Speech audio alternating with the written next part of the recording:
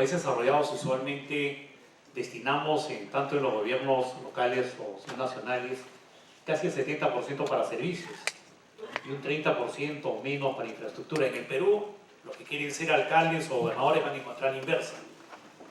Tienen que invertir muchos de sus recursos en infraestructura y queda muy poco para los servicios que pudieran dar. Pero fundamentalmente, otro tema que hay que tomar muy en cuenta es que la gestión de una autoridad también depende mucho de su antecesor. En el caso de las regiones, el Consejo Regional va a tener su parte y también en los municipios. La ley nueva hace de que muchos gobernadores no tengamos el Consejo Regional a favor como sí lo tienen los municipios. El que habla no tiene ni un consejero, entonces es un poco más complicado y hay que saber conversar, dialogar, porque eso es una instancia importante que necesariamente, si se quiere tener gobernabilidad, tiene que concertarse.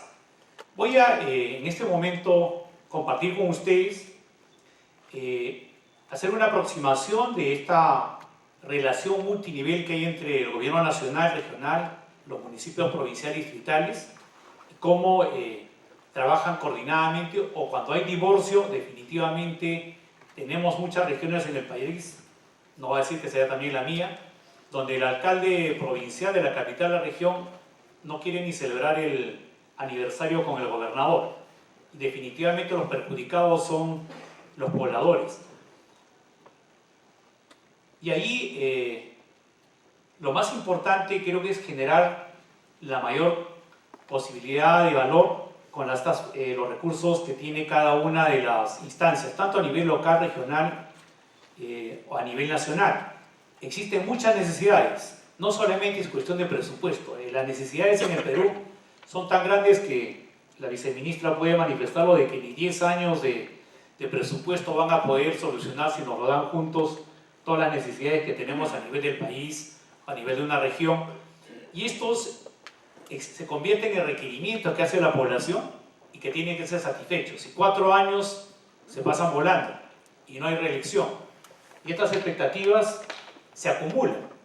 Entonces, creo que lo más importante es generar valor con los escasos recursos que tenemos, manejándolo muy eficientemente. Y yo quería compartir con ustedes las experiencias de un sector importante. Decíamos de que vuestra gestión depende de lo que les deje el anterior. No es raro, si ustedes verifican en algunos distritos del país, que hay alcaldes que en 4 años no han hecho una sola obra, porque el antecesor les ha dejado castigado con FONIPRED. Otra fuente de financiamiento de colegios es PRONIET, del Ministerio de Educación, que también los dejó castigados, y no le puede dar recursos mientras no concluyan con el convenio que ha firmado el antecesor. Si el antecesor ha recibido recursos para hacer colegios, lo ha licitado y lo ha dejado en arbitraje y no lo ha terminado, o lo ha derivado malversando a otros rubros, PRONIET no le va a dar más recursos hasta que ustedes terminen el colegio. PRONIS, el Ministerio de Salud, que financia el centro de salud, si está castigado, tampoco. Y si en un sector como vivienda su antecesor no ha terminado el agua y desagüe, no le va a dar recursos hasta que lo termine. Y hay alcaldes que en 4 años, al haber encontrado bloqueado todos sus posibles fuentes de financiamiento, con el Foncomún no pueden hacer nada. Los más pequeños reciben 30.000 soles y algunos millones, pero las deudas que les dejan impiden que puedan hacer obras. Y no es raro encontrar en el país, por ejemplo en mi región, que casi un 20% de alcaldes no han hecho una sola obra, porque vergonzosamente tenemos casi 2 docenas de alcaldes distritales en la cárcel, y de los provinciales solo 2 no tienen orden de captura o están en la cárcel. Bueno, mi antecesor también está en la cárcel. Entonces, una experiencia muy interesante para poder trabajar multinivelmente es lo que ocurre en el sector salud. En el sector salud, a diferencia de otros sectores, la distribución de los recursos se hacía por medio de la Comisión Multisectorial de Inversiones en Salud. Los grandes proyectos de hospitales se deciden en esta instancia. En ella participa el Ministerio de Salud, el MIDIS, los gobiernos regionales, el Salud, el Ministerio de Defensa, el Ministerio de Interior y algunos otros. Y en esta comisión que se hace antes del mes de junio. El ministro antes lo suspendieron durante 2 o 3 años, pero ya se ha vuelto a instaurar. Definen a nivel del país cuáles son las obras prioritarias, porque no se puede hacer todos los hospitales que el país necesite. Y en esa reunión se prioriza con urgencia. Por ejemplo, en el 2017 se priorizó la culminación de un hospital que estaba paralizado en Apurímac. Y en esa reunión se determina a nivel nacional cómo se van a asignar los recursos en el sector salud. Esto permite que tanto el gobierno nacional, los gobiernos regionales y los distintos sectores, en esta instancia que es la Comisión Multisectorial, puedan hacer una priorización real, eficiente, de los recursos que en el año va a asignar el sector. Y lo mismo ocurre en el Comité Regional Intergubernamental de Inversiones de Salud. Por ejemplo, nosotros le llamamos el CRIS de Apurímac, y eso existe en cada región. Y hay un decreto legislativo que es el 1251 que lo ha instalado. A nivel del país, ya lo hemos mencionado, cómo se constituye, y también a nivel de las regiones. Entonces, a nivel de la región, nos reunimos, ahí pueden ver ustedes, el gobierno regional, con presencia del representante del sector, las municipalidades provinciales, y ahí se determina cuál es la cartera de proyectos regionales que debe priorizarse. Nosotros lo hemos hecho ya en el mes de mayo. Allí se va a determinar las obras urgentes, necesarias, que tal vez a nivel de la región están paralizadas y que necesitan recursos para concluirse en el próximo año. ¿Cuáles son los más urgentes proyectos de infraestructura en el sector salud que necesita invertir? Y nos ponemos de acuerdo en un acta, lo cual respeta el gobierno nacional en la asignación de los recursos. Es una forma muy eficiente, y de acuerdo a ello se hacen las asignaciones. Directamente lo puede ejecutar el gobierno central o transfiere los recursos al gobierno regional o al gobierno local para que pueda llevar adelante esta infraestructura del sector salud. ¿Esto qué permite? Que el gobierno nacional, regional y local actúen coordinadamente. Hay una asistencia técnica al gobierno nacional, existe transparencia porque públicamente se maneja todas las necesidades del sector y se determina cuál es lo más urgente y prioritario. Si hay una posta de salud, un centro de salud que ha colapsado, todos acuerdan darle la prioridad. Si existe servicios en el pueblo vecino, a veces tendrá que esperar si en otra localidad más alejada no hay. Entonces es una priorización donde hay transparencia, hay eficiencia en la asignación de los recursos, y por supuesto esta sinergia permite generar mucho más valor que cuando no hay esta instancia y cada uno pugna por conseguir más recursos. Y definitivamente los pocos recursos se asignan oportunamente en lo que es más urgente y necesario. Cuando no hay esto, podemos ver lo que ocurre. Por ejemplo, espero que nadie se resienta, pero en el sector de educación, el alcalde, si tiene su perfil expediente, felizmente ahora está ordenado con el presupuesto multianual, porque antes era peor. Teníamos proyectos que iniciaba un alcalde o un gobernador y el que viene no lo culminaba y empezaba otra obra, para que no le digan que solo está terminando la de su antecesor. Entonces teníamos miles de obras paralizadas. En mi región solo teníamos 400 obras paralizadas de distintas gestiones, porque cada uno quiere iniciar su obra. Entonces el alcalde se va, por ejemplo, en educación.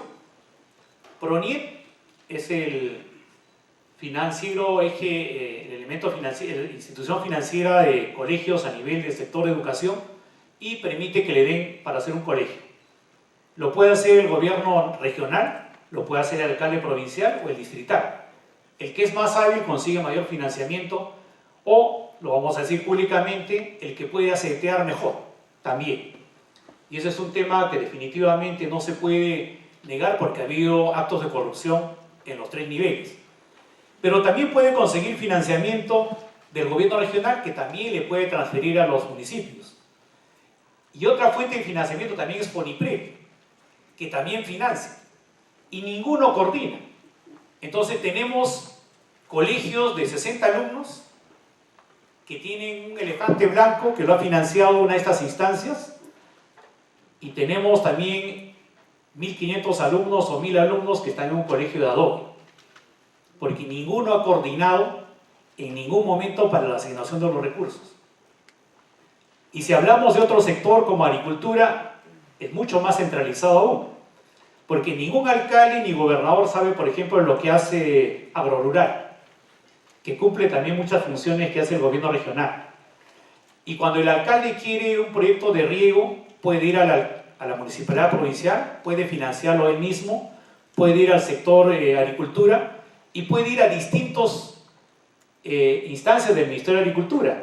También le puede financiar Agrorural, lo puede financiar Sierra Azul o el programa subsectorial de riego en competencia, sin coordinar ninguno de ellos. Entonces vemos de que en el gobierno nacional va a depender de la habilidad, las relaciones que tenga para poder conseguir recursos.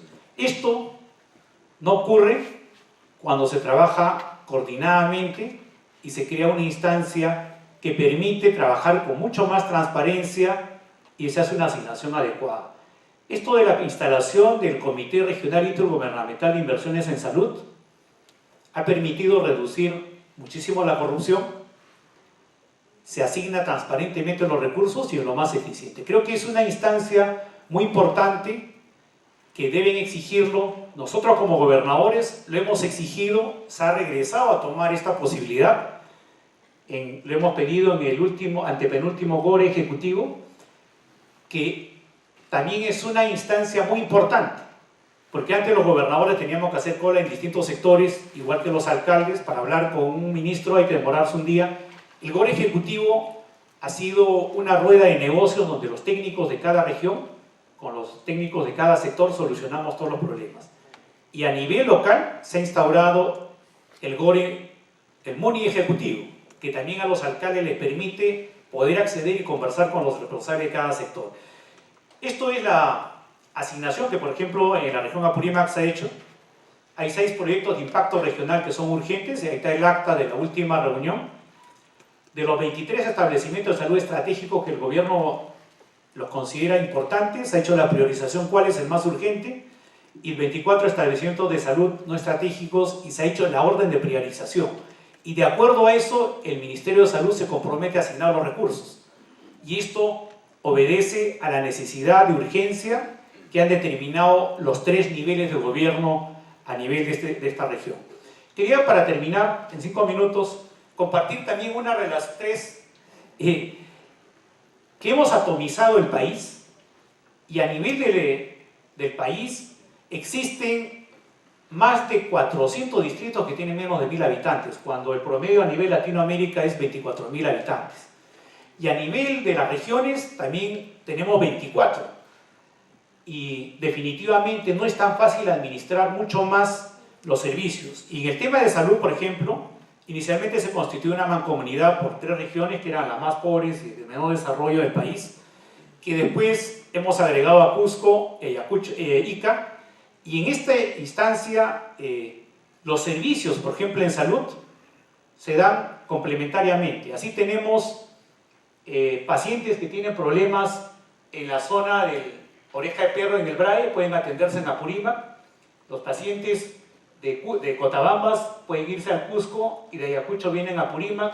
De Huancavelica se atienden a Ayacucho, o de Huancavelica se van a Huancayo, o de Huaycará se viene más fácilmente a atenderse a Pisco, porque hemos firmado un convenio de referencias y contrarreferencias. La Mancomunidad de los Andes es la primer unidad ejecutora como mancomunidad, y tratamos de crear un espacio subnacional que realmente pueda permitir una descentralización adecuada y pueda ser un contrapeso al centralismo de Lima, porque nosotros juntos ya definitivamente, si ustedes lo ven acá al final, ya representamos el 17.31% del territorio nacional, y podemos tener economías absolutamente complementarias. A este espacio se ha sumado Madre de Dios, que va a ser admitida en las próximas semanas. Entonces nos permite desarrollar con mucho más eficiencia inversiones de índole mayor. A nivel de los distritos también se conforman mancomunidades distritales. Actualmente, no sé si alguien de Ica tienen estrés hídrico, Huancavelica nunca les daba agua, pero por medio de la mancomunidad, Ica financia proyectos que se ejecutan en Huancavelica para financiamiento hídrico y esa agua definitivamente termina en Ica. Si no fuera por este espacio y esta instancia, no podría Ica financiar proyectos de financiamiento hídrico ni de reforestación en Huancavelica, sería malversación. Pero igual a nivel de los distritos, la PCM financia y les da mayor puntaje, por ejemplo, cuando postulan a proyectos de FONIPRED como mancomunidad, lo cual les permite dar un servicio mejor, más integrado, y a futuro podría incluso permitir de que esta atomización del país pueda tener espacios mucho mayores que permitan una mayor gobernabilidad. Bueno, es lo que quería compartir con ustedes. Ahí tenemos algunos retos a largo plazo, pero fundamentalmente la mejor forma de poder trabajar a un nivel distinto, nacional, regional y local, creo que es la instalación de los comités regionales de inversión. Ojalá en todos los sectores hiciera lo mismo y podríamos ser mucho más eficientes en utilizar los pocos recursos que tiene un país como el nuestro, y definitivamente esto permite transparentar más los recursos y hacer una asignación mucho más eficiente de los recursos escasos que existen en cada uno de los sectores. Muchas gracias.